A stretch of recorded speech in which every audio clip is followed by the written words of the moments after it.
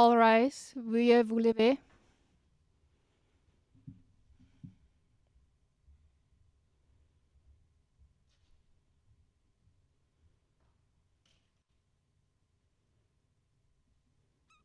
Please be seated. Voulez vous asseoir.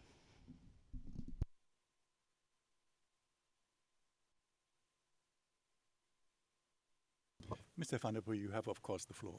Le juge président, Monsieur Kweku, vous avez toujours la parole. Thank you, Mr. President. Monsieur Kweku, merci, Monsieur le Président, Messieurs les juges.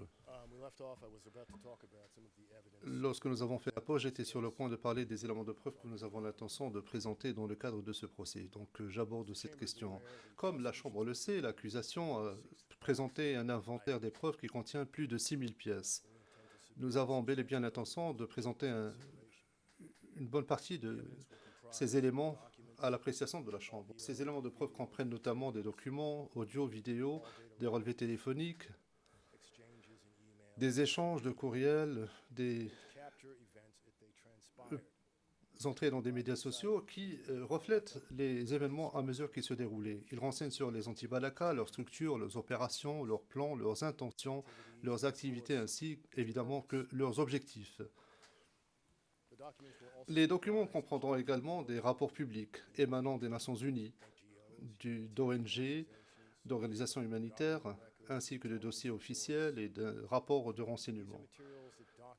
Ces pièces documentent des crimes, des auteurs, des victimes, ainsi que l'impact de ces crimes tout au long de la période et sur le territoire dans lequel les attaques anti-Balaka ont eu lieu en l'espèce. Vous recevrez également des documents et d'autres pièces émanant des anti-Balaka eux-mêmes, par exemple, et de groupes facilitant leurs activités et les soutenant. Tout cela est très important et très révélateur. La Chambre aura à sa disposition une mine de pièces qu'il lui faudra apprécier. Donc des éléments de preuve qui, dans leur totalité, démontreront la culpabilité des accusés. La Chambre entendra également le témoignage de plus de 150 témoins à charge, des victimes, des témoins de faits, des journalistes, des experts. Et vous entendez également la déposition de personnes qui étaient bien informées et qui avaient un lien direct avec les anti-Balaka. Elles viendront déposer pour parler de la politique criminelle, de la contribution, de la culpabilité et la responsabilité des accusés dans les crimes visés dans les charges. S'agissant de ces témoins, j'aimerais faire une mise en garde. Certains d'entre eux, pas tous évidemment, mais certains d'entre eux tenteront de minimiser leurs propres responsabilités, leur propre comportement, ou ce qu'ils ont pu faire avant de faire des déclarations antérieures. Ils diront peut-être qu'ils vont le faire pour éviter de s'auto-incriminer ou pour protéger d'autres, y compris l'accusé, ou par peur de représailles. S'agissant de leur déposition, vous allez voir que les témoins tenteront de minimiser leurs connaissances, leur implication dans les affaires, voire les crimes commis par les anti-Balaka. Par ailleurs, vous entendrez également que certains éléments de preuve viendront corroborer d'autres éléments et vous saurez s'ils sont en train de raconter la vérité, de dire la vérité sur ce qui s'est passé, même s'ils tentent de minimiser leur propre comportement, leur responsabilité. Et dans cette quête de la vérité, vous allez pouvoir faire votre choix. Et vous allez devoir apprécier les éléments de preuve à la lumière de la totalité des éléments de preuve présentés dans cette affaire qui sera très importante et vous déterminerez si les témoins établissent la culpabilité de l'accusé. Je vais maintenant parler un peu des origines des anti-Balaka. Les événements pertinents en l'espèce se sont déroulés en République centrafricaine entre la fin 2012 et décembre 2014. La République centrafricaine, donc au nord, au nord de la République centrafricaine se trouve le Tchad dans le nord, la République du Congo, démocratique du Congo vers le sud, le Cameroun vers l'ouest et le Soudan du Sud vers l'est. Elle compte 6 millions d'habitants provenant d'origines ethniques et religieuses différentes. Avant le conflit, la population de la RCA comptait environ 15% de musulmans, 25% de catholiques, 25% de protestants et 35% d'autres croyances indigènes. Le territoire s'étend sur 622 984 km², soit environ la taille du Nigeria ou de la France et 15 fois la taille des Pays-Bas. Il est divisé en 16 préfectures et les crimes visés dans les charges ont été commis dans 3 des provinces et dans Bangui. Les crimes ont été commis dans le contexte d'attaques généralisées dans les provinces de l'Ouest, y compris à Ouam, Mambere-Kade, Lobai, Ouam-Pende et Ombelampoko. En 2012, le président Bozizé était au pouvoir. Il est arrivé au pouvoir en se débarrassant de son prédécesseur, Ange Félix Patassé, dans le cadre d'un coup d'État survenu en mars 2003. Entre autres, Bozizé a recruté ce qu'il appelait des libérateurs, c'est-à-dire des combattants qui se sont ralliés à sa cause pour lui permettre de reprendre le pouvoir après avoir été renvoyé par les Séléka 10 années plus tôt. Les éléments de preuve démontreront que parmi ces ex-libérateurs, il y a un des co-accusés, j'entends M. Ekatom. Un autre de ces libérateurs est Maxime Mokom, vous entendrez parler de lui tout au long de notre présentation et du procès. Autour du mois d'août 2012, la coalition de rebelles Séléka est émergée dans le nord-est du pays. C'est une alliance de différents groupes armés. Les Séléka étaient principalement musulmans. Ils comptaient dans leur rang des Tchadiens, des mercenaires soudanais ainsi que des ressortissants centrafricains. Autour de décembre 2012, la Séléka a renversé le gouvernement de Bozizé à la suite d'une offensive intervenue le 10 décembre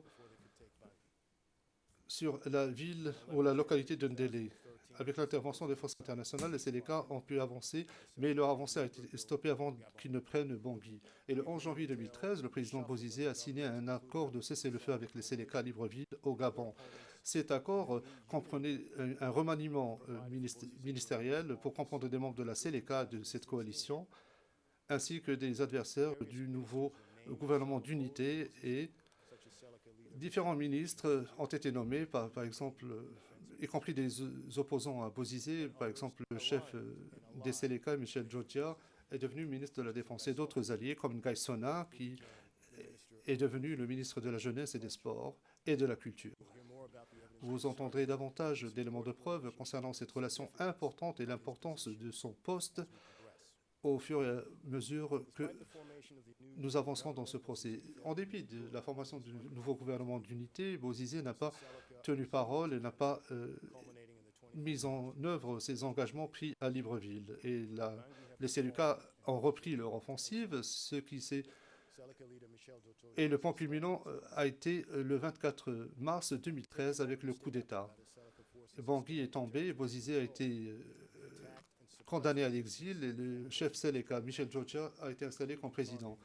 Ayant pris l'appareil étatique, les forces Séléka ont élargi leur contrôle sur le territoire.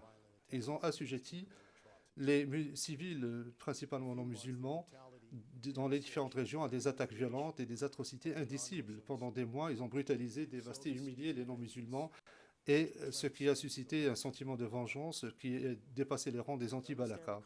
Pour bien comprendre le contexte dans lequel s'inscrivent les crimes visés dans les charges, il est important de comprendre comment le mouvement anti-Balaka a pris de l'expansion et est devenu organisé. Les éléments de preuve démontreront que les anti-Balaka sont nés en réponse à une offensive des Séléka. Ils sont nés de différents groupes, y compris des groupes d'autodéfense préexistants, qui étaient unifiés par leur haine à l'égard des Séléka pour la violence qu'ils leur avaient infligée. Mais ils étaient également unifiés et unis par cet attachement à ce sentiment de rétribution et de représailles contre les Séléka et ceux qui étaient associés aux Séléka, notamment les musulmans. Comme je l'ai indiqué, le président Bozizé et de nombreux membres de son parti politique, le Kwa-Nakwa, le KNK, étaient impliqués dans ce mouvement. Son cercle immédiat, son entourage immédiat était au cœur de ce mouvement. Il comprenait des membres de l'ancien gouvernement ainsi que de la garde présidentielle, et Bozizé avait le soutien de certains membres des FACA.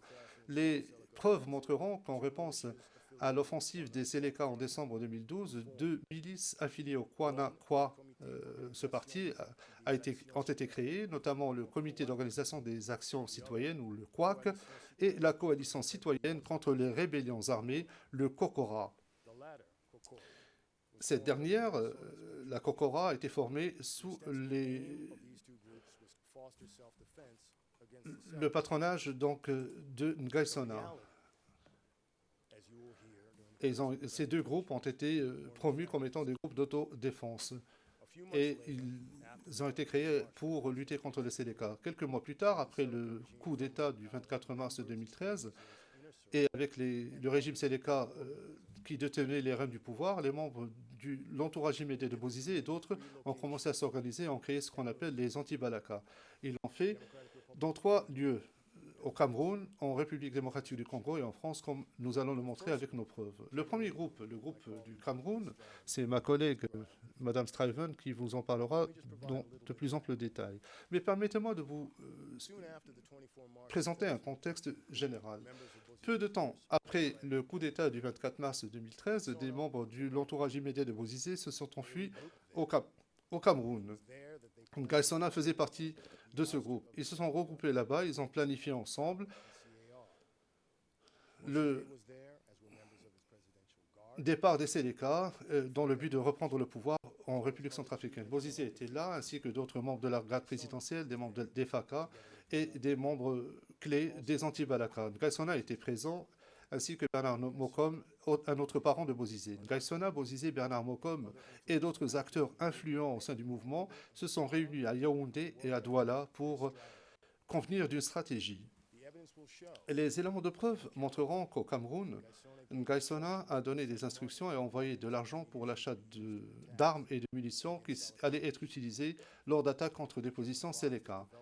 Il a été tenu au courant de l'évolution sur le terrain à Bangui. Il avait des contacts avec des individus avec lesquels il assurait une coordination. Il a poursuivi ses efforts afin de mobiliser les jeunes du pays.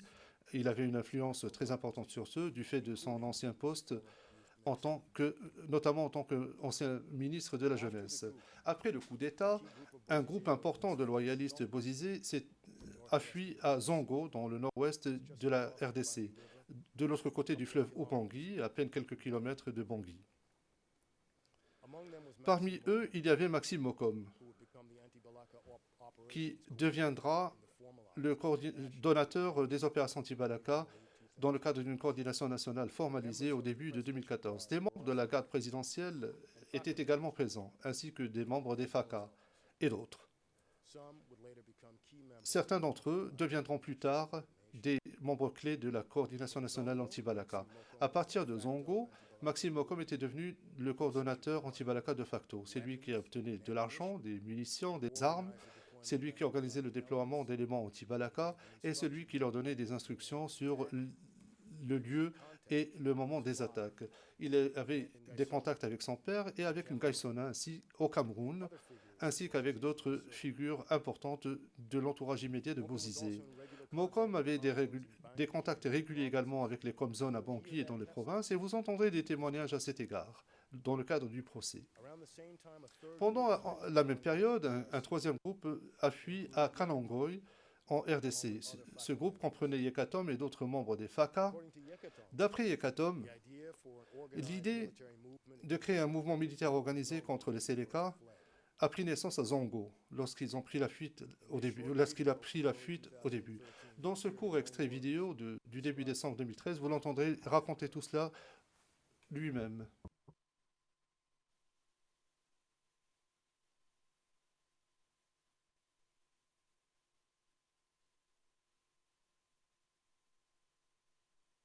Et c'est de là-bas qu'on avait des idées de démarrer notre mouvement par rapport à l'exercice des militaires.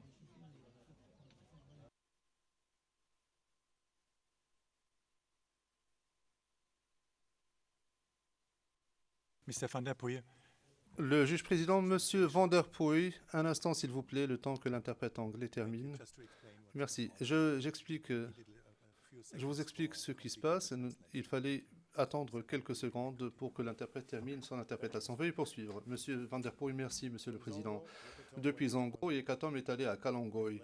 Et là, il a mené un groupe de milliers d'éléments anti-Balaka. Il les a armés, il les a préparés au combat et les a formés de façon rigoureuse. D'après un témoin qui se trouvait à Kalangoi à l'époque, les instructions données par Yekatom à ces éléments étaient très claires. Tuer les Séléka et les musulmans. À Kalangoi, Yekatom a commencé à préparer l'offensive qui aura lieu plus tard à Bangui le 5 décembre 2013. Même avant le coup d'État de mars 2013, les choses étaient claires. Des éléments importants liés à Bozizé avaient commencé à organiser des éléments et des groupes qui allaient devenir les anti-Balaka. Dès le début, il y avait la Kowak et la Kokora, comme je l'ai mentionné. Ils s'étaient réunis au Cameroun, à Zongo et à Kalangoi. En juin 2013, les groupes anti-Balaka ont commencé à résister contre la répression des Séléka et à les engager militairement. Avec l'influx d'anciens membres des FACA, ils sont devenus beaucoup plus fortifiés et mieux organisés. Au début d'août 2013, des Bozizé ainsi que des membres de son entourage immédiat et des sympathisants se sont réunis à Paris. Et là, ils ont formé le Front pour le retour à l'ordre constitutionnel en Centrafrique, ou le FROCA. Ngaïsona, encore une fois, était présent. Le FROCA s'est présenté en tant que groupe d'action politique et qui avait pour but de reprendre le pouvoir qu'avait Bozizé. Comme vous allez le voir dans un projet de document produit autour de juillet 2013 intitulé Protocole d'accord politique pour la création du Front pour le retour à l'ordre constitutionnel en Centrafrique. Donc ce document de protocole nous renseigne sur les véritables desseins du groupe. Le document définit notamment un plan stratégique. Le plan stratégique appelait le groupe à galvaniser les ressources humaines, les ressources financières et matérielles, à obtenir des communications sécurisées contre la collecte de renseignements, notamment grâce à l'utilisation de Touraya, des téléphones satellitaires, et vous entendrez des éléments de preuve concernant les actions de Ngaïsona pour ce qui est de l'achat et de la distribution de ces appareils. Il a appelé à la prestation d'une coordination flexible capable d'actions stratégiques rapides et efficaces et, je cite en français, en confiance et faire adhérer les éléments de force de l'ordre, désabusés, qui n'attendent que les circonstances favorables pour laver l'affront infligé par les envahisseurs islamistes sans foi ni loi.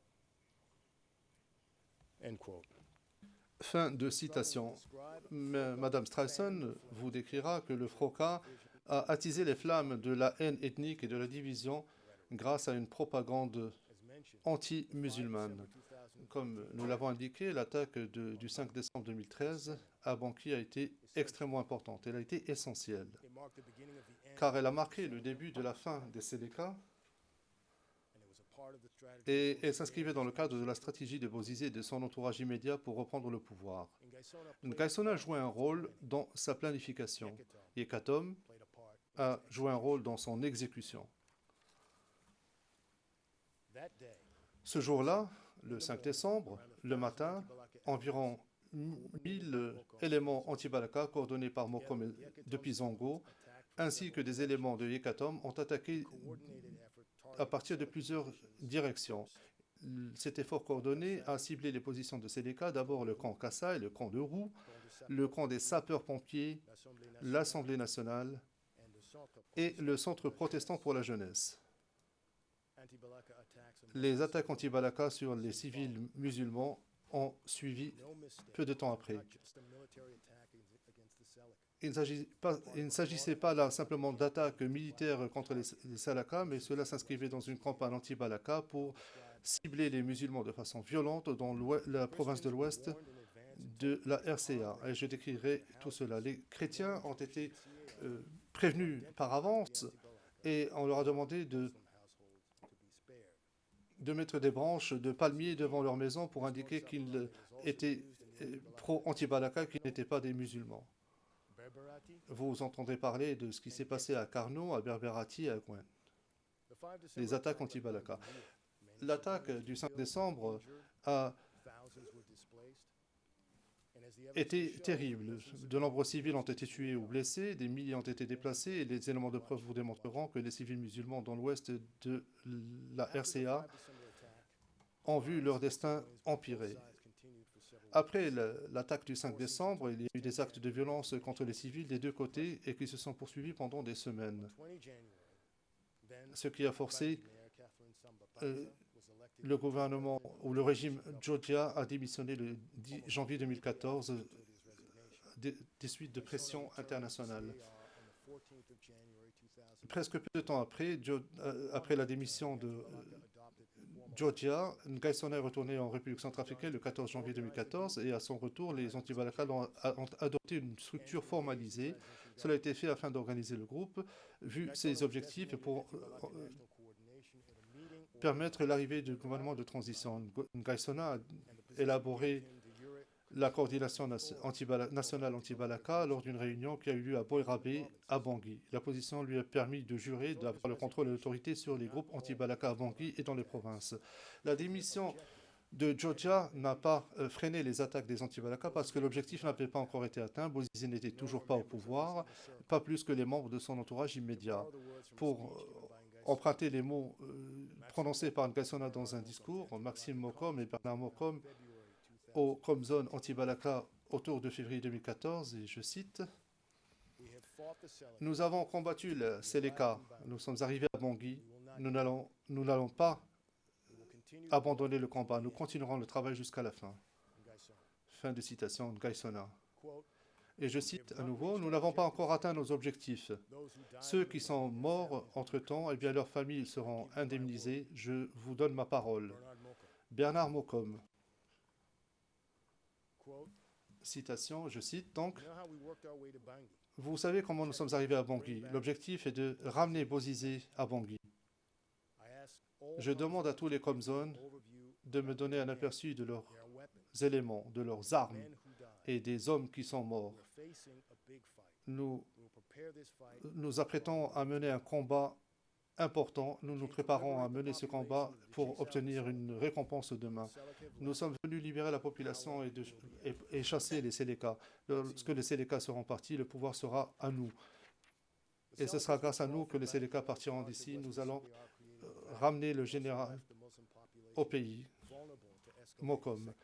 Et donc le retrait des Seleka de Bangui et d'autres parties de l'ouest de la RCA a laissé un vide. La population musulmane a été livrée à elle-même, elle était vulnérable et il y a eu une escalade de la violence sectaire, notamment dans le cadre d'actions de vengeance des anti-Balaka. Et ce qui a suivi, c'était la réalisation d'une campagne violente anti-Balaka pour nettoyer l'ouest de la RCA. Les éléments de preuve montreront que cette campagne comprenait notamment des crimes de déplacement forcé, d'exécutions sommaires, d'assassinats ciblés et opportunistes, des violences sexuelles, des attaques, des privations graves de la liberté physique et la destruction de biens à caractère religieux, dans l'ensemble des préfectures de l'Ouest. Je voudrais maintenant parler des éléments contextuels. Les éléments de preuve démontreront que les crimes ont été commis dans le contexte d'un conflit armé non international prolongé qui a commencé en République centrafricaine en mars 2013 et qui s'est poursuivi jusqu'en décembre 2014. Le conflit a eu lieu à opposer des groupes armés avec un degré d'organisation suffisant, notamment les Seleka, les forces Seleka et le gouvernement en place de Bozizé, et plus tard entre les Seleka et les anti-Balaka. Le caractère prolongé du conflit a été très médiatisé et reconnu, y compris par le rapport de cartographie des Nations Unies, du Conseil de sécurité des Nations Unies, qui déclare que les affrontements entre les anti-Balaka et les Seleka étaient menés avec une intensité et une organisation suffisante pour justifier ou permettre de conclure à l'existence d'un conflit armé. Fin de citation. Au moins 6 résolutions du Conseil de sécurité des Nations Unies ont reconnu le conflit armé en janvier, en octobre, en décembre 2013 et en janvier, en avril et en octobre 2014. La violence en République centrafricaine est restée très intense tout au long de cette période, si bien que le Conseil de sécurité a autorisé une intervention militaire étrangère en vertu du chapitre 7 de la Charte des Nations Unies. La période englobant le conflit armé a été également marquée par plusieurs accords de cessez-le-feu entre les Seleka et leurs adversaires, y compris les anti-Balaka. Il y a eu notamment l'accord de Libreville de janvier 2013 entre le gouvernement de République centrafricaine et la Séléka. L'entente de médiation Pareto de juin 2014 entre la Séléka et les Anti-Balaka, qui a été signée par M. Ngaïsona en tant que coordonnateur national. L'accord du sommet de Brazzaville de juillet 2014 entre la Séléka et les Anti-Balaka, à nouveau signé par M. Ngaïsona en tant que coordonnateur national. Des engagements similaires ont également été conclus entre la Séléka et les Anti-Balaka à Nairobi en avril 2015. Cette fois-ci, signé par d'autres éléments clés des Anti-Balaka, notamment Maxime Mokom. Et enfin, en mai 2015, le Forum de Bangui pour le désarmement, la démobilisation et la réinsertion s'est traduit par un accord signé à nouveau par Ngaïsona en tant que coordonnateur national anti-Balaka. En dépit de l'existence de tous ces accords, aucune résolution pacifique n'est intervenue et le conflit s'est poursuivi tout au long de 2013 et 2014, bien au-delà de ces années-là. En tant que deuxième élément, une organisation suffisamment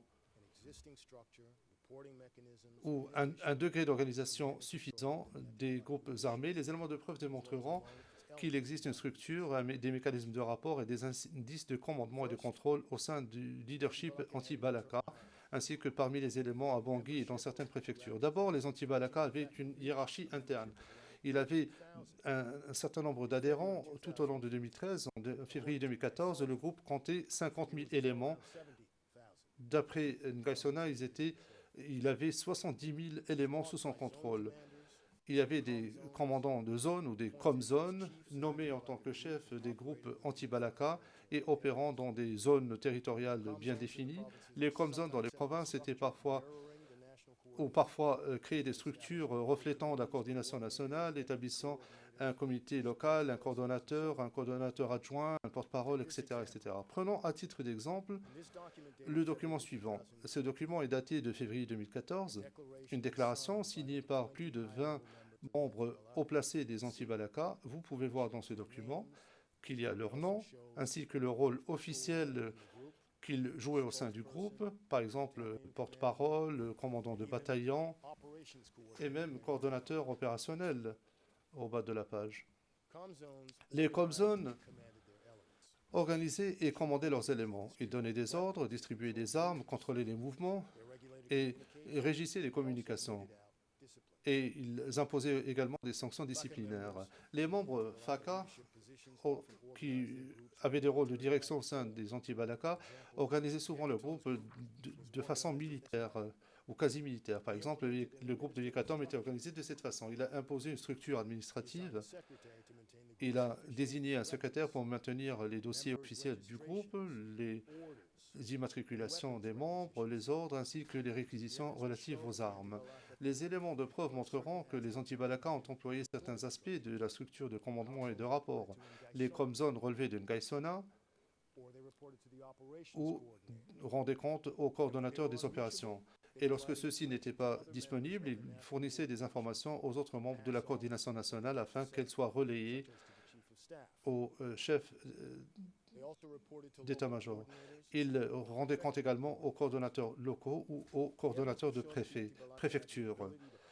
Les éléments de preuve montreront que les anti-Balaka avaient la capacité de planifier et d'exécuter des opérations militaires. Des membres FACA fournissaient aux éléments des ordres, des instructions, y compris une instruction militaire rudimentaire à l'utilisation des armes, au maniement des armes. Comme mes collègues vont l'expliquer, Yekatom organisait l'instruction de son groupe dans différentes bases en RDC et en République centrafricaine. Chacun de ces incidents dont vous allez entendre parler, ceux qui sont visés dans les charges et d'autres, démontrent de façon claire la capacité des anti-Balaka à planifier et exécuter une campagne militaire. La discipline était également exécutée au sein des structures et des rangs anti-Balaka. Les éléments de preuve montrent que les com-zones imposaient des châtiments aux éléments récalcitrants parce qu'ils devaient rendre des comptes à la coordination nationale.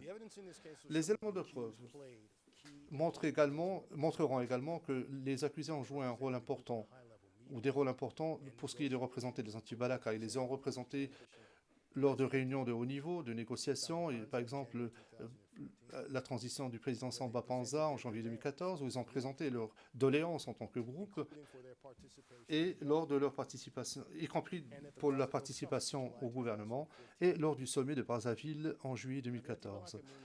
Les anti-Balaka ne ressemblaient peut-être pas à une armée typique, mais qu'à cela ne tienne, ils étaient organisés, suffisamment organisés, pour renverser un régime qui disposait d'une armée classique et de forces armées régulières à sa disposition. Et les éléments de preuve sont très révélateurs à cet égard. Les anti-Balaka avaient une identité de groupe claire. Ils portaient des accoutrements distinctifs lors des opérations, par exemple des brassières, des bandeaux. Ils ont suivi des rituels traditionnels et des rites d'initiation. Ils portaient des fétiches qu'ils appelaient des gris-gris. Prenons comme exemple ce document de juin 2014 qui émane de la coordination nationale et qui montre qu'ils portaient des gris-gris identifiants. Voici quelques photographies qui démontrent de quoi ils avaient l'air. Les éléments de preuve montreront qu'en janvier 2014, la coordination anti-Balaka a commencé à délivrer des cartes d'identité similaires à celles que nous allons voir à l'écran. Elles étaient signées par Nkaisona et parfois par d'autres membres haut placés du groupe, comme Richard Béjouane, le chef d'état-major. Et en juillet 2014, la coordination nationale avait délivré environ 10 000 cartes d'identité aux commandants anti-Balaka et aux éléments, notamment dans les provinces. Les Seleka étaient suffisamment organisés tout au long de la période visée par les charges et une attaque généralisée a eu lieu, comme cela a été confirmé par la décision de confirmation des charges. Après le coup d'État du 24 mars 2013, les forces Seleka ont pris le contrôle des structures étatiques existantes, les ressources militaires et autres. Ils opéraient dans un cadre militaire avec des commandants Seleka qui contrôlaient des groupes dans les bases à Bangui et dans d'autres zones de responsabilité. Les Seleka contrôlaient l'équipement militaire, y compris les armes lourdes, et ont démontré qu'ils avaient la capacité de planifier et d'exécuter des opérations militaires soutenues sur une longue période. En dépit du fait que les Seleka ont officiellement démantelé leurs forces ou s'est démantelé à la mi-septembre 2013, les forces n'ont pas été désarmées ou démobilisées. Les factions qui constituent le groupe sont restées intactes. Et comme vous allez le voir, les Nations Unies ont estimé que les nombres des éléments Seleka se situent entre 15 et 20 000 combattants en novembre 2013, alors qu'en mars, ils étaient environ à peine 5 000. Les éléments de preuve ne sont pas contestés par les groupes armés impliqués dans le conflit qui a enflammé et embrasé la République centrafricaine. Ces groupes étaient suffisamment organisés et ont pu planifier et exécuter des opérations militaires soutenues. Permettez-moi maintenant de parler des éléments contextuels relatifs aux crimes contre l'humanité. Monsieur le Président, Messieurs les juges, les éléments de preuve montreront que les crimes visés dans les charges faisaient partie d'attaques généralisées et systématiques contre la population civile musulmane dans l'ouest de la République centrafricaine. Cette attaque a pris la forme d'une campagne ou de sous-attaque, si vous voulez, de violence contre les musulmans à Bangui dans les provinces de l'Ouest entre septembre 2013 jusqu'à au moins décembre 2014. Premièrement, le nombre important de victimes et le fait d'avoir pris pour cible de façon violente la communauté musulmane dans les différents lieux démontrent ensemble la nature généralisée de l'attaque. De la même manière, les crimes perpétrés par les anti-Balaka à l'échelle d'au moins 5 préfectures démontrent l'ampleur et le caractère généralisé donc de ces attaques. Deuxièmement, vous allez entendre des témoignages relatifs à la violence systématique utilisée par les anti-Balaka. Cette violence était systématique et les crimes visés dans les charges ainsi que les actes multiples qui faisaient partie de l'attaque comprennent un comportement similaire, des tactiques et des types de crimes similaires. Le déplacement forcé, le meurtre, la torture, le traitement cruel, la destruction de mosquées, de maisons, de commerces appartenant à la communauté musulmane. Ils impliquent également des actes de viol et d'autres violences sexuelles. Les preuves montreront également qu'il existait un comportement systématique qui consistait à commettre des actes de violence dans les différents endroits des provinces de l'Ouest. Et l'ampleur même des crimes démontre que ces actes n'étaient pas isolés ou aléatoires. Ce n'était tout simplement pas possible. Ils étaient le fruit d'une coordination. Je vais vous donner quelques exemples plus tard. Mais les preuves que vous allez entendre dans le cadre de ce procès, que vous allez recevoir dans le cadre de ce procès, démontreront que la nature généralisée systématique des attaques anti-Balaka était dans la poursuite d'une politique organisationnelle que j'ai abordée précédemment. Le mouvement anti-Balaka était structuré, il était organisé également, suffisamment organisé pour contrôler un territoire et des parties importantes de ce territoire.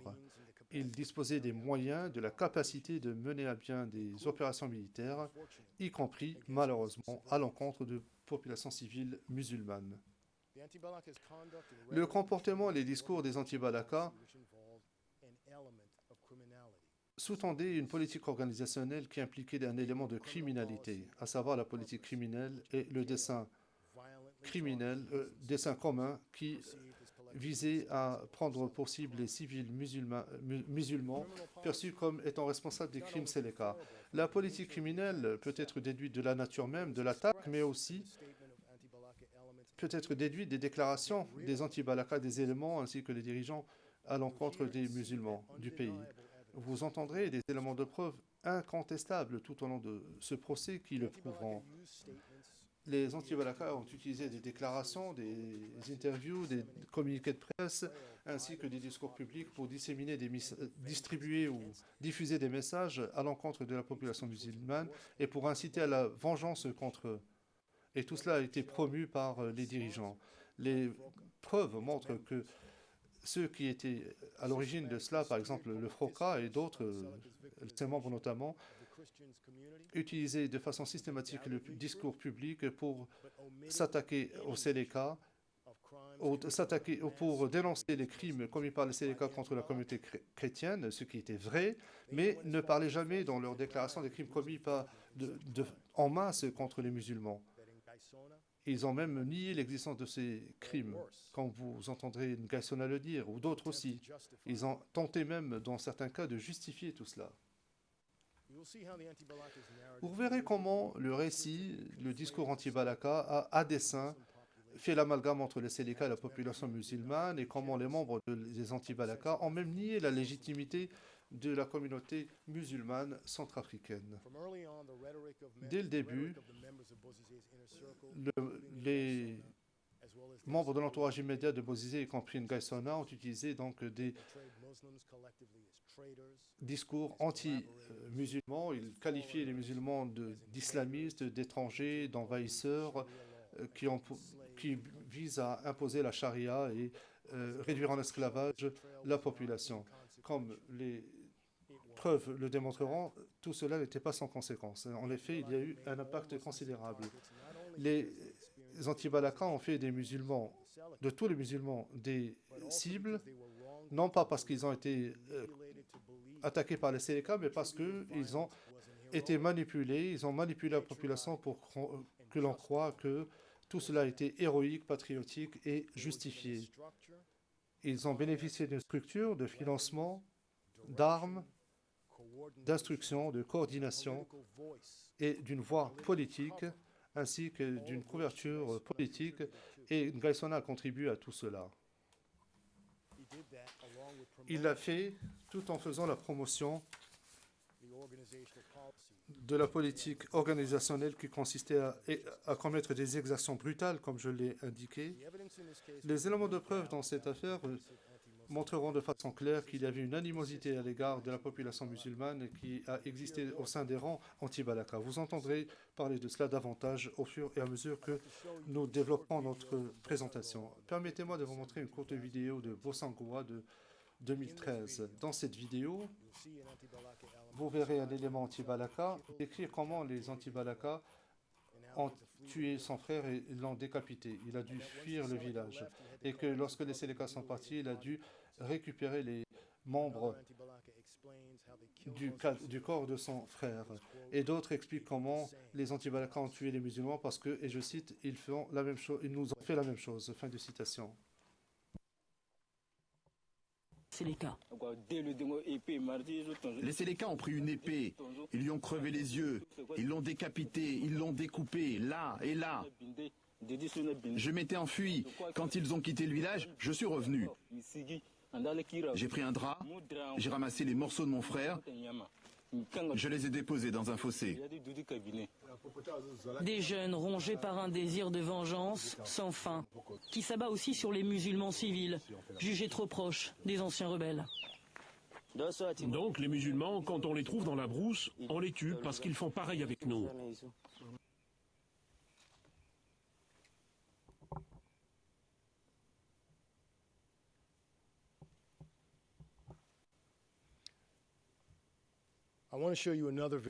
Permettez-moi de vous montrer une autre vidéo du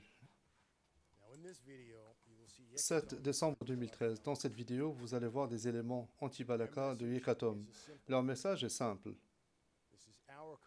C'est notre pays, ce n'est pas le pays des musulmans.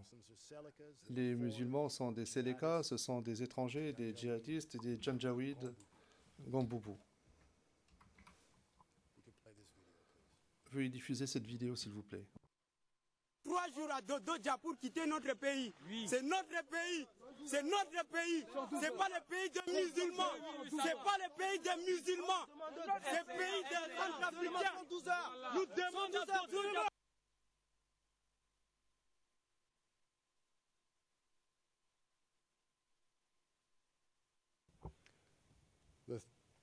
This 31st January 2014 posted. Ce commentaire posté le 31 janvier 2014 sur le site Facebook, sur la page Facebook d'Anti-Balaka se passe de tout commentaire. Nous sommes prêts à les sacrifier tous, car les musulmans ne font que 3% de la population du Nord. Ils vont disparaître dans peu de temps, car ils sont déjà pris au piège et localisés pour une contre-offensive. Les communications entre les individus directement impliqués dans les structures, l'équipement et l'organisation anti-Balaka montrent également l'animosité intense contre les musulmans promus par ce groupe et au sein du groupe. Dans ces communications, les participants clés parlent ouvertement de la violence et du sentiment de vengeance à l'encontre des musulmans, pour tous les musulmans. Par exemple, lors d'un échange du 9 août 2013, une personne a indiqué parlé de la situation à Bangui et a dit que tous ceux qui attendaient, et je cite, « Le monde n'attend que le renversement et pour se venger sur les musulmans. » End quote. Fin de citation, et il poursuit en disant que même si Bozizé arrivait avec très peu d'hommes, la population s'occuperait du reste. Je cite, « Oui, nous le savons, et c'est pourquoi il a décidé de parler. On viendra comme un voleur la nuit et les rats seront capturés. » End quote. Fin de citation. Lors d'une conversation du 5 décembre 2013 parmi les anti-Balaka, où l'on faisait le point sur une attaque de Bangui, on peut lire ceci. Je cite, « Pour le moment, rien de bien, sauf les représailles sur la population. »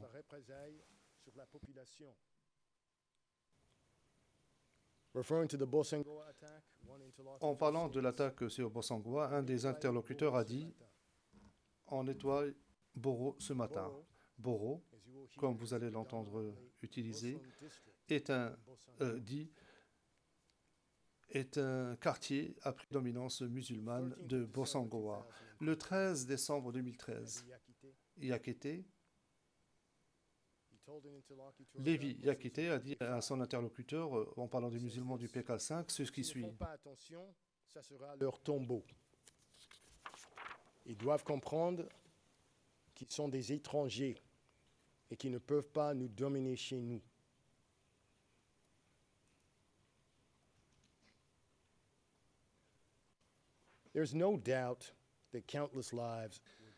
À l'évidence, des Un nombre important de vies a été détruit dans le pays aux mains des Séléka. C'est ce qui a suscité un sentiment de représailles contre les musulmans. Et les éléments de preuve démontreront que les dirigeants anti-Balaka le savaient. Ils se sont servis et ont exploité ce sentiment. Les éléments de preuve qui seront présentés au procès montreront que cette soif de rétribution et de vengeance contre les Séléka et les sympathisants présumés des Séléka était une bombe à retardement. Il fallait simplement qu'il y ait, qu'on allume cette flamme pour qu'on attise les flammes de la haine, de la peur et de la violence. Et les crimes visés dans les charges faisaient partie de cette attaque anti-Balaka contre les musulmans. Les crimes visés dans les charges ont été précédés et suivis d'actes et de crimes contre la population civile qui ont commencé en septembre 2013 et qui se sont poursuivis jusqu'au 5 décembre 2013 à Bangui et à Bossangoa lors d'offensives. Ces attaques comprennent à Bossangoa et à Buka, entre le début et la mi-septembre 2013, à Yaloke et Gaga, octobre 2013, à Boire, Bosembele plus tard pendant ce mois, à Beloko en novembre 2013 et à Boali autour du 2 décembre 2013. Tout cela est indiqué en rouge sur la carte que vous avez à l'écran. Certains de ces lieux ont à nouveau été attaqués le 5 décembre 2013 et d'autres lieux ont été attaqués peu de temps après, notamment Bohang et plus précisément le 12 décembre 2013. Après les attaques du 5 décembre 2013 sur Bangui et Bossangoa, les crimes anti-Balaka se sont accrus en fréquence. La démission de Joto Dia le 10 janvier 2014 n'a pas eu d'effet. En fait, la retraite des Séléka a exposé les musulmans et les a rendus vulnérables aux attaques interminables des anti-Balaka pendant le mois de décembre 2014, y compris les crimes commis par Yekatom et ses éléments jusqu'au 28 février 2014 et les crimes commis à Bossangoa, y compris le fait d'avoir forcé la population civile à vivre en enclave jusqu'à tard dans le mois d'avril 2014 et le siège imposé à la population musulmane civile et le mauvais traitement auxquels ils ont été assujettis. Les éléments de preuve démontreront également que les anti-Balaka ont poursuivi ces violences et ces crimes dans les provinces de l'Ouest. Je vais vous donner quelques exemples. Après les attaques de Bangui et de Bossangoa et après la démission de Georgia, après la retraite des Séléka vers le nord et l'est du pays, les anti-Balaka ont continué à commettre des actes violents multiples et des crimes violents à travers les provinces de l'Ouest. Je vais vous faire part de quelques-uns de ces crimes, de ces actes, à Gaga, à Zawa, à Yaloke, à Bosentele, à Gwen, à Karno, à Boda, à Berberati. Les multiples actions et crimes commis dans ces lieux ont eu un impact sur un grand nombre de victimes et sur une zone géographique extrêmement large. Ils ont été commis d'une manière consistante dans le cadre d'une stratégie et d'un but commun que j'ai évoqué précédemment. Et ceci sur une très longue période de temps.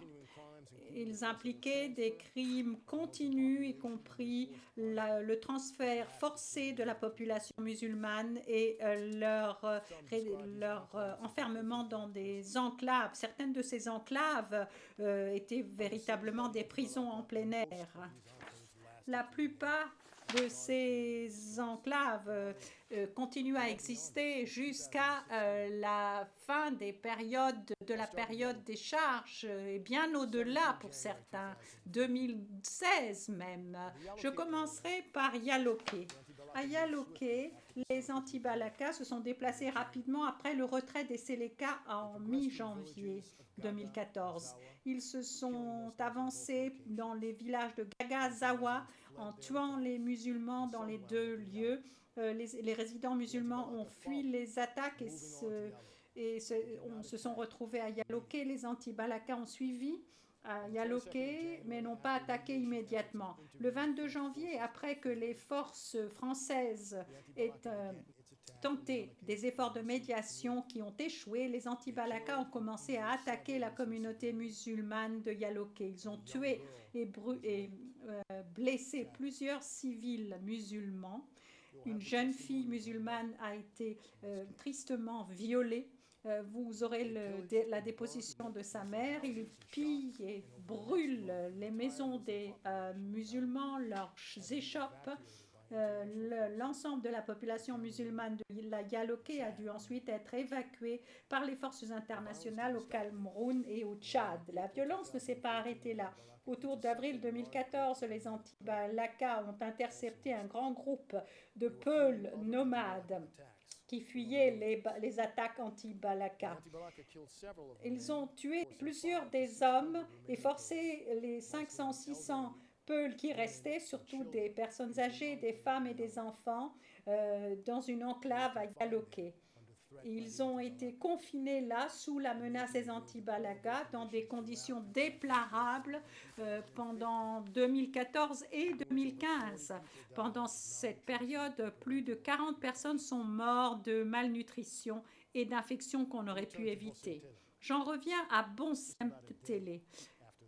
Juste après une journée, après l'attaque de Yaloké. Cette attaque a commencé à peu près au même moment.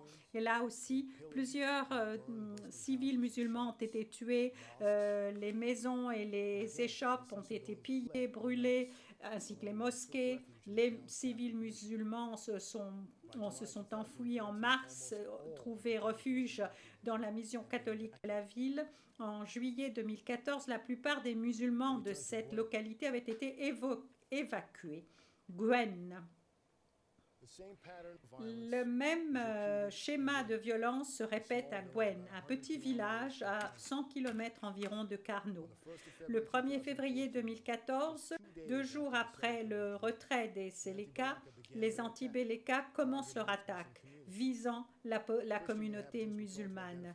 Les habitants chrétiens sont invités à identifier leurs maisons avec des branches de palmiers, de telle sorte qu'ils puissent être épargnés. Même chose à Bangui, Berberati et Karno. Les anti-Balaka tuent environ 22 musulmans non armés, des hommes et des garçons, y compris certains âgés de 10 ans. Ils pillent et détruisent les maisons et les échoppes des musulmans. Le 4 février, les anti-Balaka exécutent sommairement 42 musulmans non armés, des hommes et des garçons, dans une concession où ils avaient trouvé refuge après la violence des jours précédents. Ils sont séparés en 2 groupes et ensuite abattus. Les survivants étaient terminés avec des machettes, achevés avec des machettes. Environ 75 civils musulmans, certains de 9 ans, sont assassinés en 1 semaine après l'arrivée des anti-Balaka. Ils fuient en masse dans la brousse ou dans des villes voisines, d'autres parties de la RCA. Ceux qui ont de la chance réussissent à être évacués à Karno. Et de là, certains réussissent à trouver la sécurité au Cameroun. À Karno, après le retrait des Séléka au début février 2014, les anti-Balaka commencent leur attaque de la population musulmane civile et pendant toute l'attaque, les civils musulmans sont frappés, tués et déplacés par la force.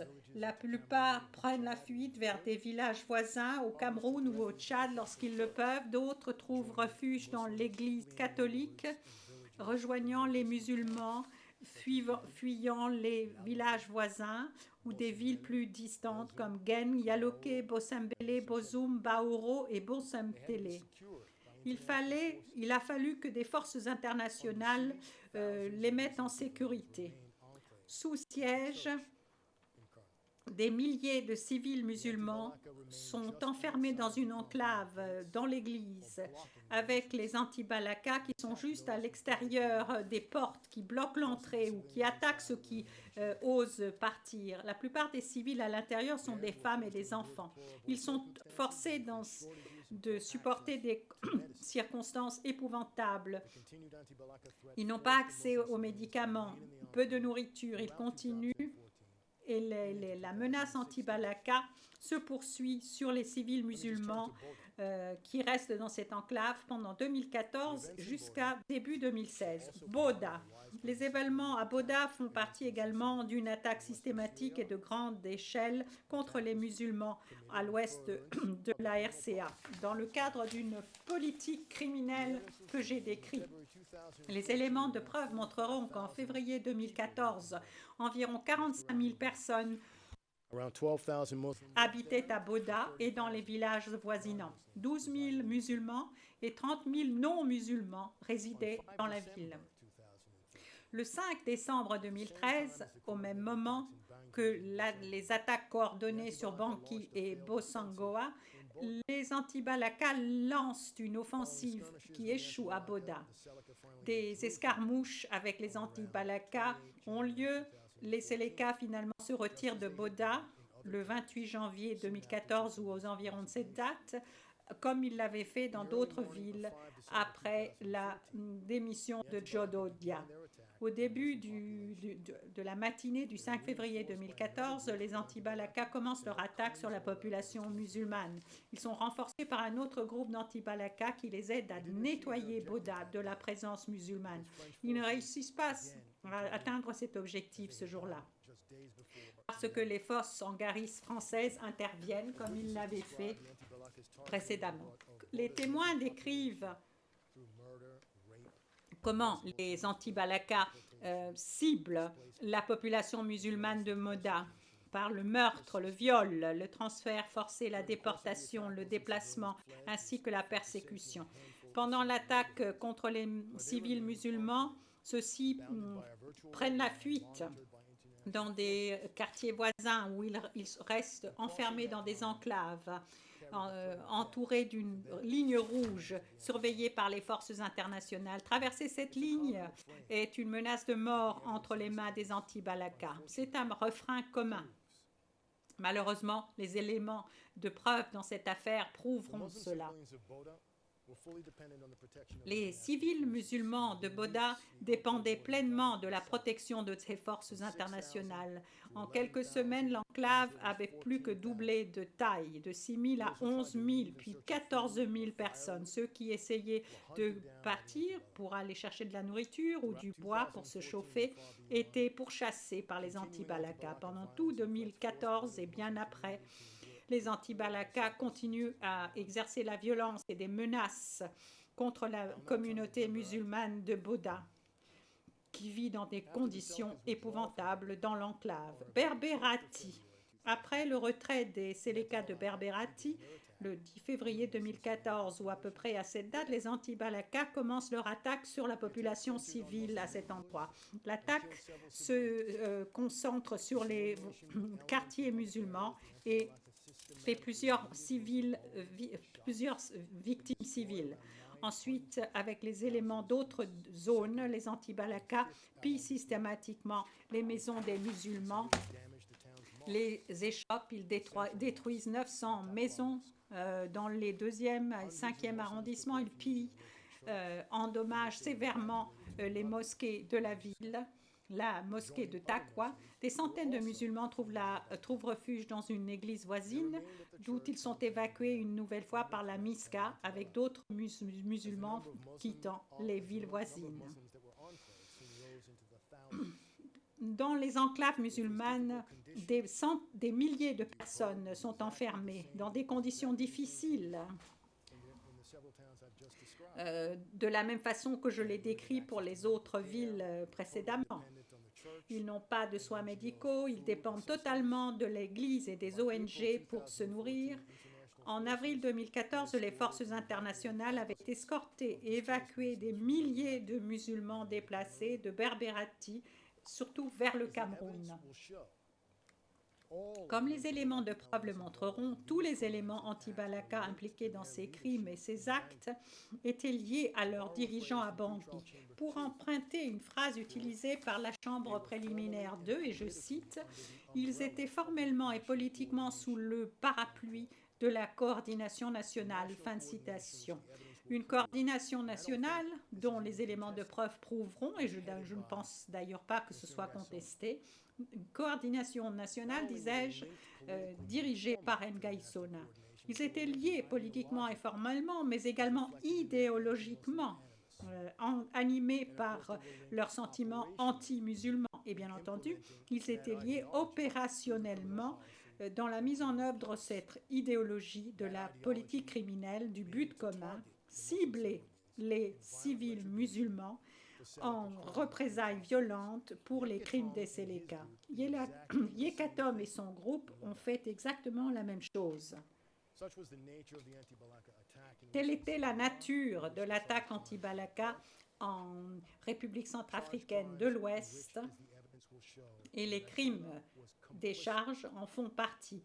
Les crimes des charges dont Nguy Sona était complice, les éléments de preuve le montreront, des crimes de charge, des charges dont les éléments de preuve prouveront que Yekatom avait commis et qu'il avait donné l'ordre de commettre. Monsieur le Président, ceci conclut ma présentation et je vais maintenant donner la parole à Madame Struyven qui va poursuivre.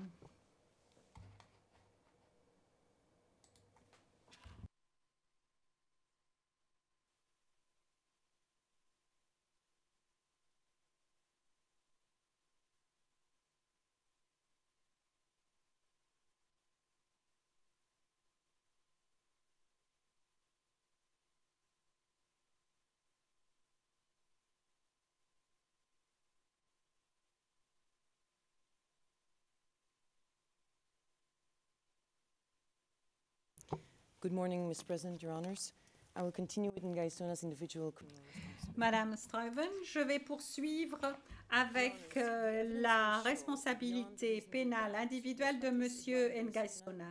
Les éléments de preuve montreront, au-delà de tout doute raisonnable, que Patrice Edouard Nguy Sona a la responsabilité pénale individuelle des crimes anti-Balaka commis à Bangui et Bossangoa et dans les villages et villes le long de l'axe PK9-Mbaïki pendant les attaques du groupe le 5 décembre 2013 et après coup. Pendant le procès, vous apprendrez que et au moins jusqu'à juin 2013, Nguy Sona, Bozizé, Lévi Yakete, Mokom Maxime et Mokom Bernard ont conçu et mis en œuvre une stratégie pour récupérer le pouvoir politique en RCA. Ils ont financé, armé une force de combattants connue ensuite comme les anti-Balaka, composée des jeunes, de membres de la garde présidentielle de Bozizé, de FACA et loyaux à Bozizé et de groupes d'autodéfense préexistants. Leur objectif, éjecter Jotodia, le régime Séléka et tous ceux qui étaient considérés comme des partisans de Séléka. Les éléments de preuve montreront que Nguy Sona savait que les anti-Balaka étaient animés par la vengeance et la haine des musulmans qu'il considérait comme responsables des atrocités. Il savait qu'à cause de leur affiliation religieuse, nationale ou ethnique, la population musulmane dans son ensemble était considérée comme complice et responsable des crimes des Séléka. Il savait qu'une fois mobilisés et transformés en une force de combat compétente, les anti-Balaka cibleraient violemment la population civile musulmane et commettraient les crimes visés par les charges. Messieurs les juges, les charges pesant contre Nguy Sona ont été confirmées pour deux modes alternatifs de responsabilité, personne apportant son aide et son concours et pour contribuer à la commission de crimes commis par les anti-Balaka. De concert, Article 25.3d. Les éléments de preuve montreront que Ngaïsona, en vertu de son rôle, de ses actes et de ses omissions, a contribué de manière significative, sinon essentielle, à la commission des crimes.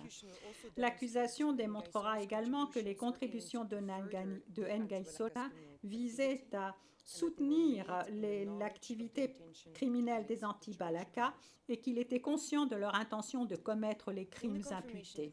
Dans la décision de confirmation, la Chambre préliminaire a considéré que Ngaïsona avait contribué à la commission des crimes des charges de 4 manières. Premièrement, en prenant des mesures pour structurer les anti-Balaka, en finançant les anti-Balaka, y compris avec l'achat d'armes, en donnant des instructions aux anti-Balaka, y compris s'agissant de l'attaque du 5 décembre 2013 et des attaques qui l'ont précédée, et puis en étant en contact avec les membres anti-Balaka exerçant des fonctions clés, y compris Bernard Mokom et Maxime Mokom. Étant donné que ces contributions couvrent plusieurs faits, simultanément, je les traiterai de manière conjointe et chronologique sur 4 périodes. La période du 24 mars 2013 jusqu'au coup d'État de Seleka. Ensuite, la période après le coup d'État, lorsque Ngaïsona a rejoint Bozizé au Cameroun. Ensuite, la période allant jusqu'au 5 décembre 2013, les attaques sur Bangui et Bossangoa. Ensuite, la période après que le retour de Ngaïsona à Bangui et sa nomination comme coordinateur régional national des anti-Balaka le 14 janvier 2014. Pendant toute la période, vous pourrez discerner les 2 fils communs. D'abord, que Ngaïsona avait un rôle de prééminence, étant donné sa réputation, sa richesse, qui était essentielle pour avoir accès aux jeunes. Et puis ensuite, sa capacité à disséminer une propagande et une rhétorique anti-musulman. Après avoir abordé les contributions de Ngaïsona dans la première partie de ma présentation, je parlerai de sa connaissance et de son intention dans la deuxième partie. Je voudrais commencer par la période conduisant au coup d'État du 24 mars 2003 par le groupe Seleka. L'accusation montrera des éléments de preuve selon lesquels Ngaïsona était un homme d'affaires fortuné, accompli et influent qui avait des liens étroits avec Bozizé. Un responsable politique privilégié déclarera, et je cite, « Ngaïsona avait beaucoup d'influence et j'ai entendu qu'il avait ses entrées auprès de Bozizé. » En français, c'est un patron avec beaucoup d'argent. En RCA, qui est le 3e pays le plus pauvre dans le monde, selon l'Organisation mondiale du commerce, eh bien, c'est quelque chose de très important. La position de Ngaïsona lui apportait de l'argent, de la célébrité, l'accès aux jeunes également. En tant que président de la Fédération nationale de football, il avait de l'influence sur les coordinateurs des jeunes partout dans le pays. Les activités populaires de football dépendaient de son soutien.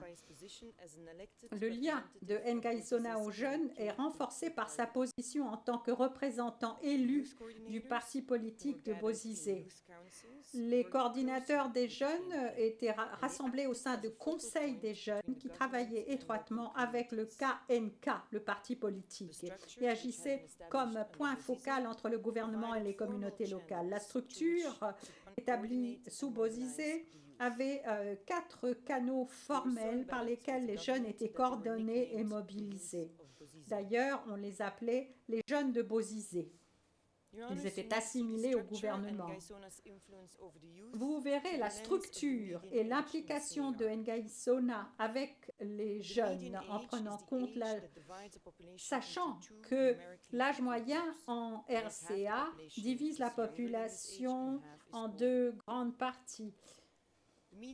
L'âge médian en RCA est d'environ 20 ans.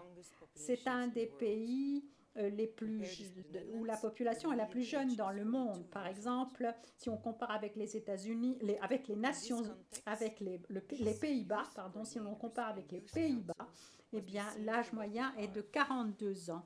Dans ce contexte, les coordinateurs des jeunes et les conseils des jeunes doivent être vus pour ce qu'ils sont.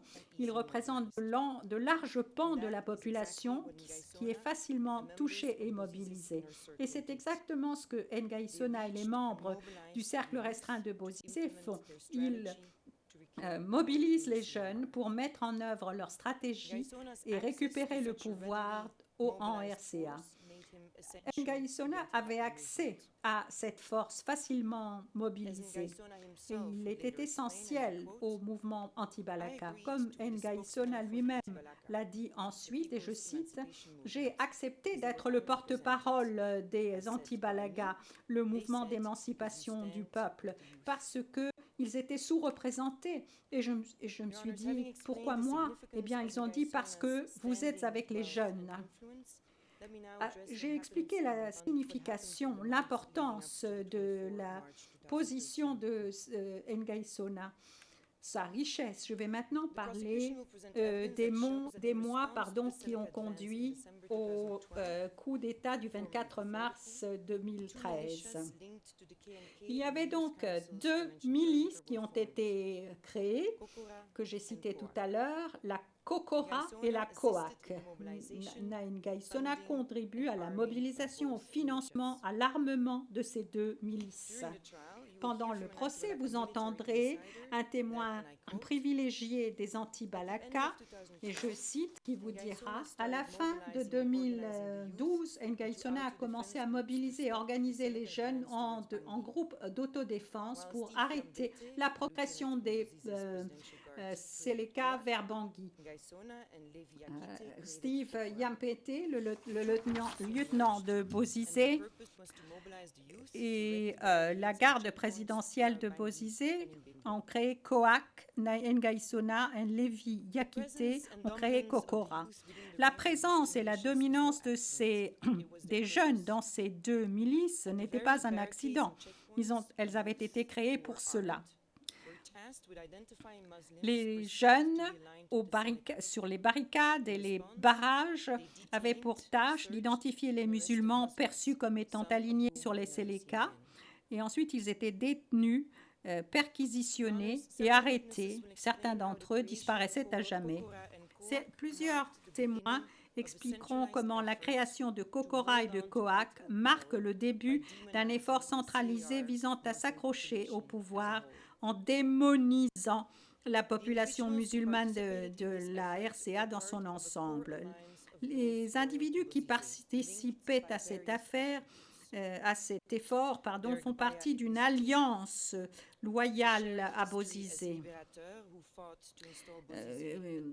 Ils sont considérés comme des libérateurs qui ont lutté pour mettre en place Bozizé, 10 ans plus tôt, des alliés politiques du gouvernement de Bozizé ou des membres loyaux de sa garde présidentielle ou des FACA.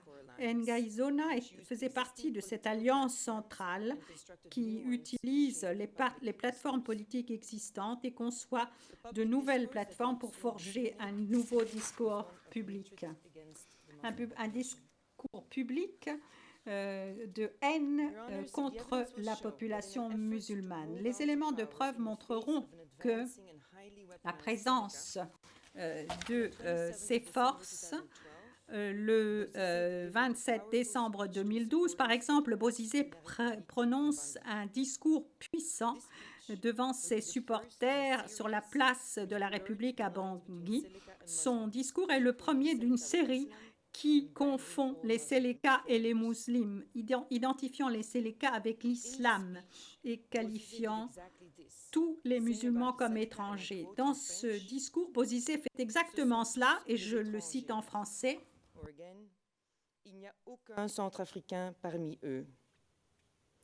In an insulting manner, Bozizé les a insultés en les qualifiant de Janjaweed, de Toroboro. Il a dit à la population d'être vigilante, de faire attention à des étrangers qui vivaient dans des maisons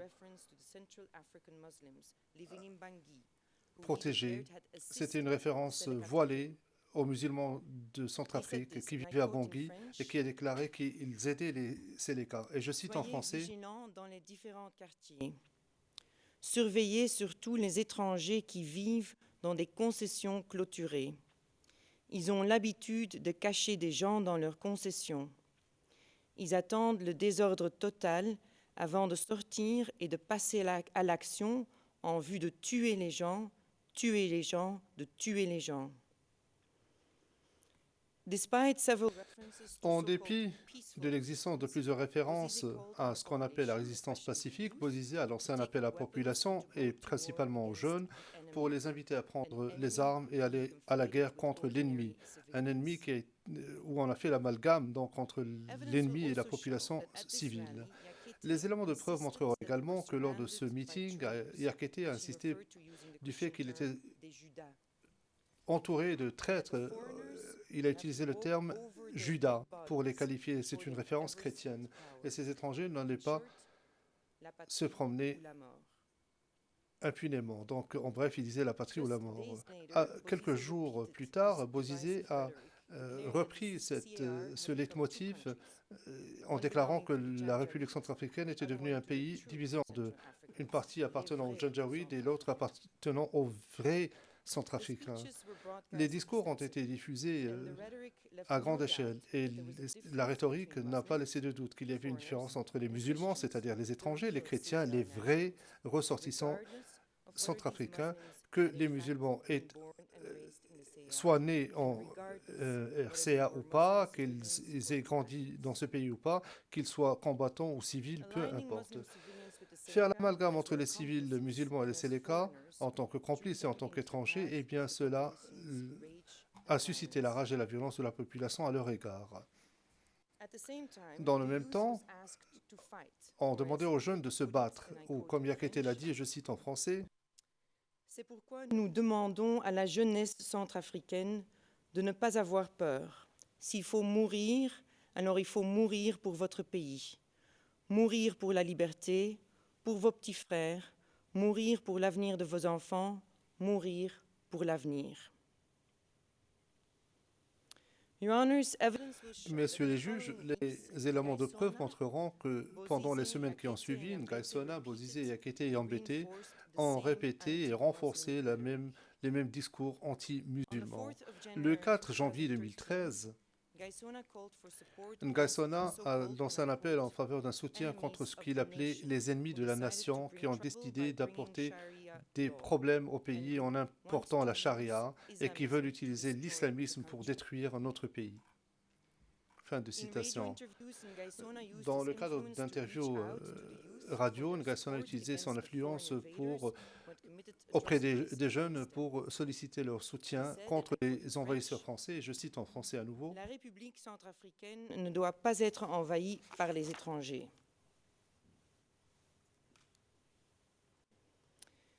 Du fait de son influence sur les jeunes et en tant que récompense pour sa participation antérieure, quelques semaines plus tard, le 3 février 2013, Ngaïsona a été nommé ministre de la Jeunesse par Bozizé. Yambété, qui avait créé COAC quelques semaines avant, a été nommé chargé de mission Jeunesse, Sport, Arts et Culture. Les éléments de preuve montreront qu'en tant que ministre de la Jeunesse, et en attendant donc un coup d'État imminent, le 15 mars 2013, Ngaïsona a réaffirmé publiquement sont l'allégeance des jeunes à Bozizé et leur engagement en faveur de sa défense, qu'ils étaient prêts à se sacrifier pour défendre le pays. La semaine suivante, le 22 mars 2013, Ngaïsona a dit aux jeunes de rester calmes et qu'il allait faire appel à eux lorsqu'ils auraient besoin de cela. Il a demandé à Yambété de livrer un message en son nom. Il a dit, et je cite, « Le ministre de la Jeunesse, des Sports, des Arts et de la Culture m'a chargé de venir te livrer ce message, de ne pas avoir peur. Reste tranquille là où tu es et dès que le besoin se fait sentir, on te fera appel. » Les jeunes étaient prêts à agir et avaient hâte de se venger, et donc il était clair que les jeunes allaient s'attaquer à la population musulmane à la première occasion. Et nulle surprise, il n'y a pas eu de surprise lorsqu'ils ont attaqué les musulmans le 5 décembre 2013 à Bangui. Permettez-moi de parler maintenant de la période juste après le 24 mars 2013 et le coup d'État survenu ce jour-là. Lorsque les Séléka ont pris Bangui le 24 mars 2013 et qu'ils ont forcé Bozizé à partir en exil au Cameroun, Ngaïsona l'a rejoint là-bas, mais ils ont continué à mobiliser et structurer le groupe qui deviendra plus tard les anti-Balaka. Pendant ce procès, l'accusation montrera que depuis le Cameroun, l'entourage immédiat de Bozizé, y compris les individus que j'ai nommés tout à l'heure, c'est-à-dire Bozizé, Ngaïsona, Bernard Mokom et Yakété, ont commencé à organiser leur résistance. Ils ont tenu des réunions à Yaoundé et à Douala, auxquelles ont assisté des membres de l'ancien gouvernement Bozizé et de son parti politique, des membres de sa garde présidentielle, ainsi que des membres FACA qui lui étaient restés loyaux. Leur but, s'assurer du retour au pouvoir de Bozizé coûte que coûte.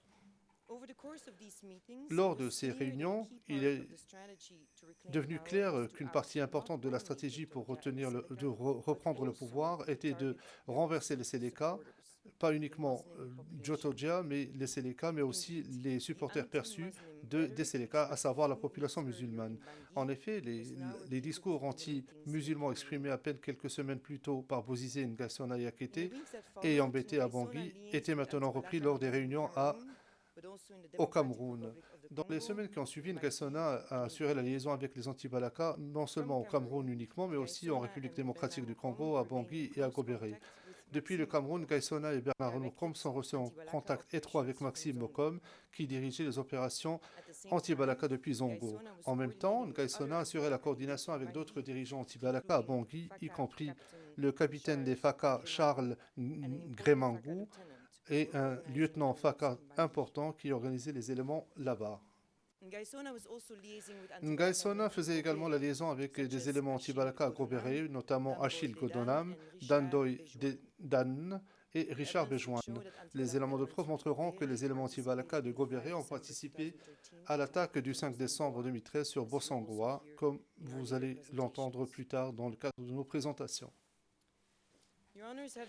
Messieurs les juges, j'ai parlé de la manière dont Ngaïsona et d'autres membres de Bozizé ont assuré la liaison à partir du Cameroun avec d'autres groupes anti-Balaka. Je vais maintenant me concentrer sur les contributions de Ngaïsona à la période qui a précédé la coordination des attaques du 5 décembre 2013 sur Bangui et Bossangoa. Comme mon collègue l'a déjà dit, à la fin de juillet 2013, des membres de l'Alliance centrale, y compris à nouveau Bozizé, Ngaïsona et Yakété, ont créé le FROCA, un projet du document fondateur, le document de protocole auquel mon collègue Van der Poel a fait référence, nomme Ngaïsona comme étant un des 8 fonctionnaires responsables des affaires intérieures et des associations. Le protocole comporte 3 plans pour assurer le retour au pouvoir de Bozizé. Le pouvoir, donc diplomatique, politique et stratégique.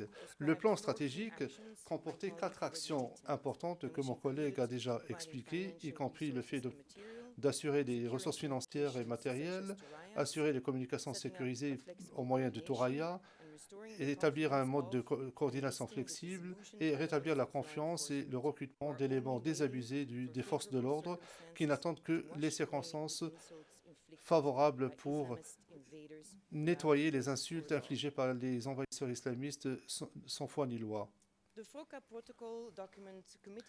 Le document de protocole du FROCA faisait état d'une stratégie articulée et mise en œuvre par Ngaïsona et d'autres au Cameroun et a assimilé sa capacité militaire avec celle des anti-Balaka. Les anti-Balaka étaient l'instrument du FROCA, c'était le moyen pour parvenir à une fin. Comme vous allez le voir sous peu, juste avant l'attaque du 5 décembre 2013, le FROCA s'est érigé en tête politique des anti-Balaka. Les éléments de preuve montreront qu'après l'annonce publique de la création du FROCA le 5 août 2013, les préparatifs d'une attaque militaire envisagée sont devenus beaucoup plus concrets. Et les éléments de preuve montreront également que Ngaïsona joue un rôle essentiel lors de ces préparatifs. En France, les réunions du FROCA se sont poursuivies et Ngaïsona a informé les autres membres de la disponibilité de munitions, d'armes, d'avancées militaires et de ses interactions sur le terrain avec des éléments anti-Balaka stationnés au Cameroun, à Bangui et à Bossangoa. Ngaïsona insistait lors de ces réunions que ces éléments étaient déterminés et qu'ils étaient motivés pour combattre les Séléka. Pendant cette même période, lorsqu'il retournait au Cameroun, Ngaïsona assurait la liaison avec les anti-Balaka, les financer, leur donner des instructions dans différents lieux. D'abord, il a assuré le financement des transports des éléments de Yaoundé-Douala à la zone frontalière. Un témoin viendra vous dire, et je cite, « Ngaïsona donnait de l'argent à Mokom pour qu'il le donne aux soldats. Lorsqu'il donnait de l'argent aux militaires, il leur disait « Allez à Garamboulaye et continuez à traverser la frontière, continuez jusqu'à Bouar. Il y a des anti-Balaka à Bouar, rejoignez-les pour combattre les Séléka. » De plus, des communications sur Facebook datant de l'époque montrent que Ngaïsona et Bernard Mokom sont allés à Bertoua et Garoua Boulaye au début de septembre 2013 pour se rencontrer et discuter du recrutement au sein de leur rang d'archers de Bouar. Les archers de Bouar.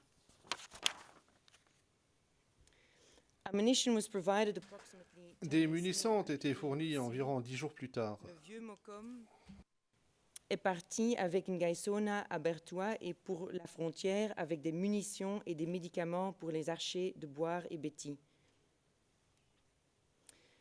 In mid-October, they met again, this time to provide not only ammunition. À la mi-octobre, ils se réunissent à nouveau, mais cette fois-ci pour parler de munitions, de médicaments et de tourailles exactement, comme cela a été prévu dans le document de protocole que nous avons vu précédemment.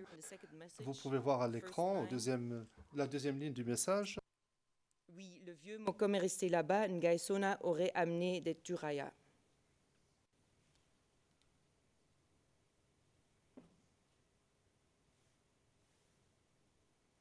Integrated into the anti-Balaka, Ngaïsona and Bernard Mokom ordered them to attack the Séléka in Bouar, alongside Faka and Presidential Guards.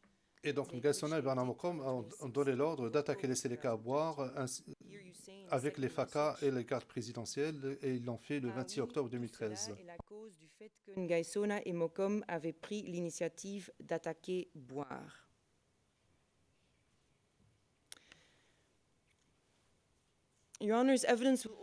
Les éléments de preuve montreront également que Ngaïsona et d'autres, le président interrompant, on me demande de vous demander de ralentir quelque peu pour que les interprètes puissent vous suivre. Madame Schreiben, merci. Je vous prie de m'excuser. Est-ce que nous allons faire la pause à 45 ou le président interrompant? Non, nous allons faire la pause à 13 heures. Madame Schreiben, Monsieur le Président, Messieurs les juges, les éléments de preuve montreront que Ngaïsona et d'autres ont fourni de l'argent aux anti-Balaka à Zongo pour acheter des munitions. Des communications courriels et Facebook montrent qu'au début d'octobre 2013, Ngaïsona disposait d'argent, d'aliments et d'équipements qu'il a fait livrer à Zongo pour qu'il soit déployé sur le terrain. On a ici un courriel, et je vais citer en français.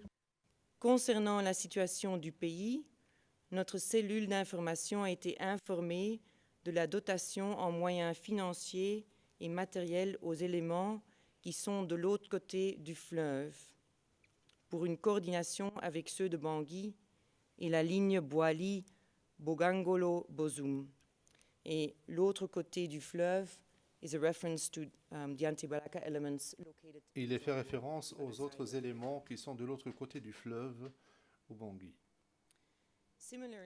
De la même manière, l'accusation appellera à la barre des témoins qui viendront décrire comment Ngaïsona et d'autres assuraient une liaison fréquente avec des éléments anti-Balaka qui leur rendaient visite dans la zone de Bossangoa, y compris dans la ville natale de Bozizé, Bézambé et Gobéré. Ils fournissaient des armes, de la nourriture, des munitions et de l'argent. Un témoin initié a dit ceci. Et donc ils nous ont expliqué, ils ont aidé là-bas, oui, à 3 reprises. Nous étions au Cameroun et nous étions à Gobéré et nous avons reçu de l'argent de Ngaïsona. Enfin, les éléments de preuve montreront que pendant la période précédant le 5 décembre 2013 et les attaques de cette journée-là, Ngaïsona était en contact avec des membres clés anti-Balaka Bangui et qu'il a continué à mobiliser et financer les jeunes par le truchement d'intermédiaires, y compris pour l'achat d'armes et de munitions. Des communications courriels et Facebook de l'époque reflètent ceci. Par exemple, d'après un courriel que nous voyons à l'écran ici, il est révélé que dès le 19 septembre 2013, Ngaïsona avait des hommes sur le terrain qui manœuvraient. Vu la situation du pays, nous avons des hommes sur le terrain qui manœuvrent. This is Ngaïsona's email. Il s'agit d'un courriel envoyé par Ngaïsona. Il y a un autre échange qui montre qu'entre le 5 et le 12 octobre 2013, Ngaïsona avait assuré la liaison avec des éléments à Bangui pour évaluer leurs besoins en matière de munitions, d'armes et d'autres équipements. Nous avons 2 messages et je cite en français. Dis-moi. Redacted me disait que jusque-là, nos hommes de Bangui, Bégoua et autres n'ont pas encore reçu les matos et que Ngaïsona lui a demandé de lui donner les besoins. Answer, oui, c'est vrai. Réponse, oui, c'est vrai.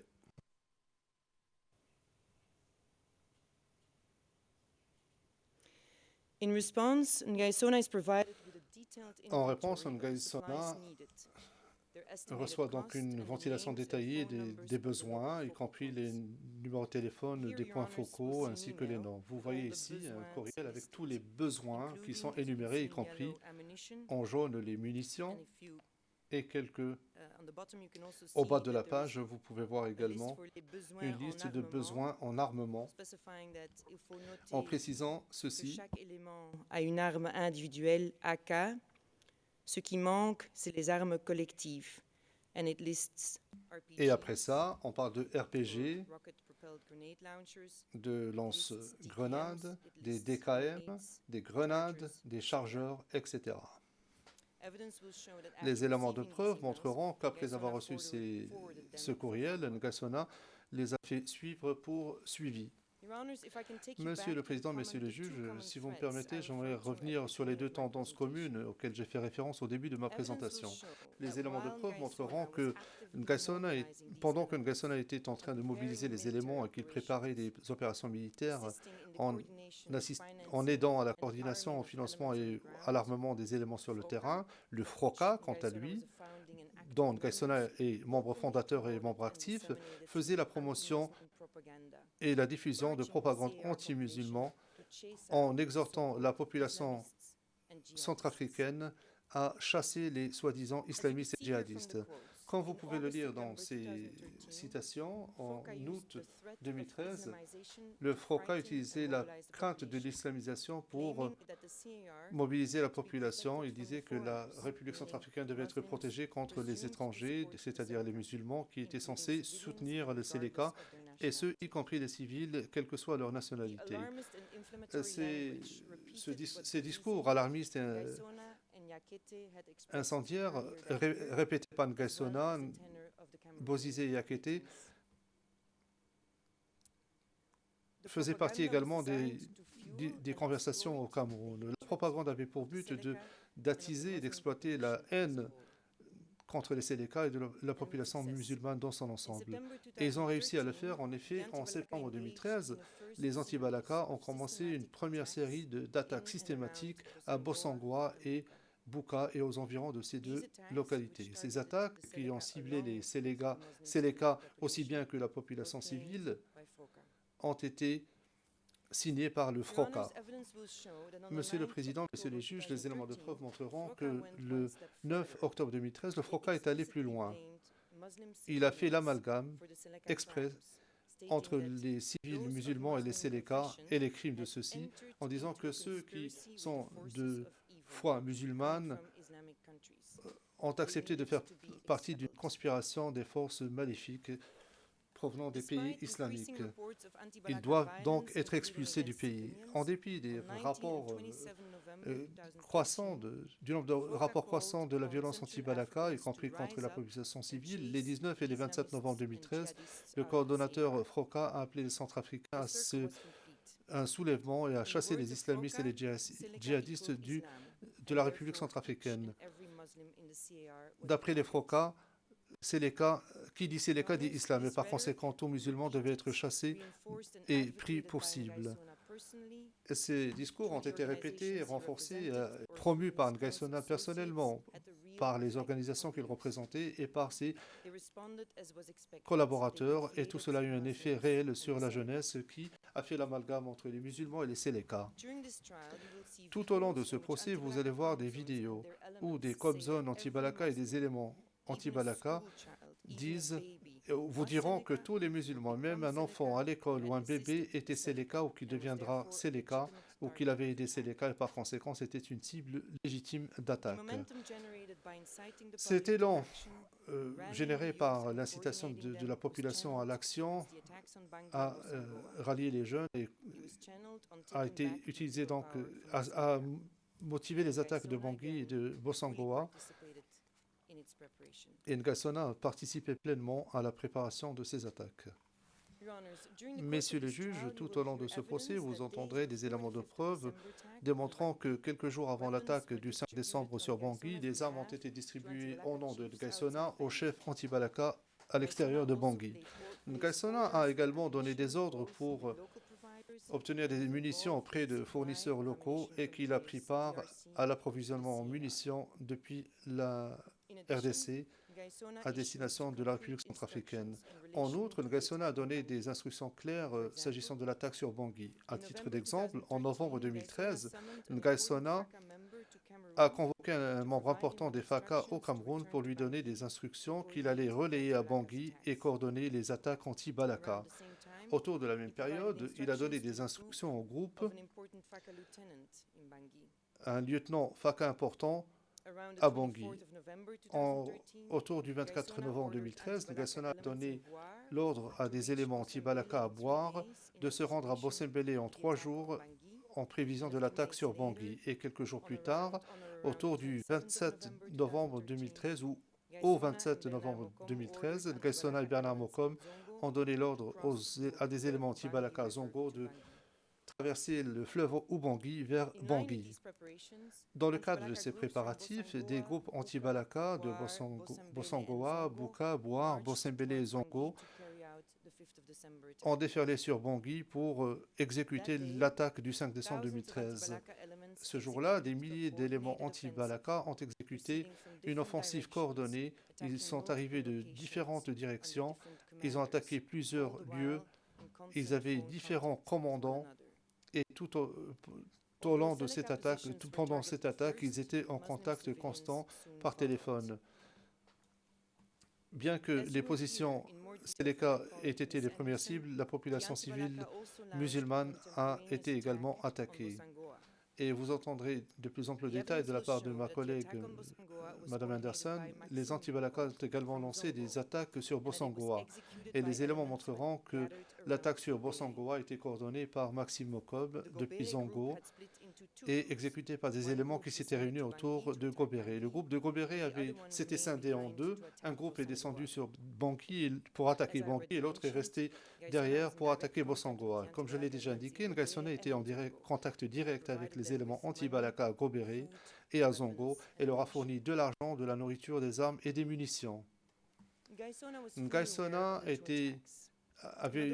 était tout à fait au courant des deux attaques. Non seulement il avait des contacts avec les anti-Balaka sur le terrain, mais le FROCA a immédiatement pris la responsabilité de cette attaque, revendiqué la responsabilité de cette attaque.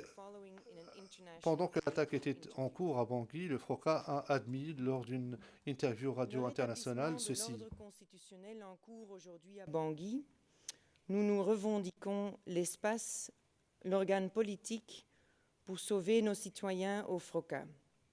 Et nous revendiquons aujourd'hui notre part auprès de vos jeunes frères et sœurs qui, eux, sont en action. Donc nous sommes ensemble et nous sommes la tête politique. En ce jour du 5 décembre, j'appelle tous les Centrafricains à se lever comme un seul homme pour bouter hors de notre territoire la composante islamique étrangère, envahissante, criminologène, qui sévit, qui humilie. Et l'objet de notre appel au soutien de l'action de libération de ce 5 décembre de nos jeunes sœurs et frères du Balaka.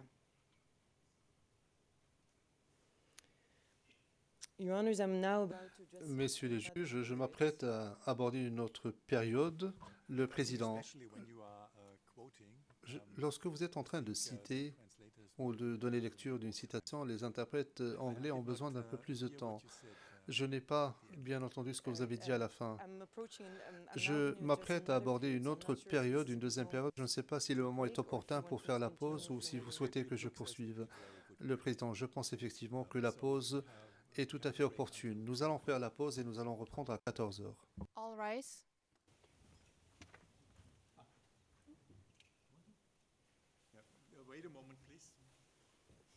Just a second, please. Un instant, je vous prie, dit le président. Maître Dimitri, pardon, monsieur le président. J'ai une difficulté technique. Comme vous le savez, certains de nos collaborateurs écoutent depuis le bureau et essaient de prendre des notes ou d'annoter Transcende. Malheureusement, ils n'ont pas accès au pavé Évidence 2. Or, les références ERN n'apparaissent que sur le pavé Évidence 2. Est-ce que vous permettrez à un autre membre de notre équipe d'être présent pour pouvoir prendre des annotations lorsque l'accusation fera des présentations, parce que sinon nous ne serons pas en mesure de prendre les références ERN. Le juge président, je crois que si cela ne viole pas les mesures Covid, il faudra trouver une solution. Je vous demande de vous mettre en rapport avec le greffier. En ce qui concerne les juges, nous n'avons pas d'objection. Nous allons donc faire la pause et revenir à 14 heures. All rise.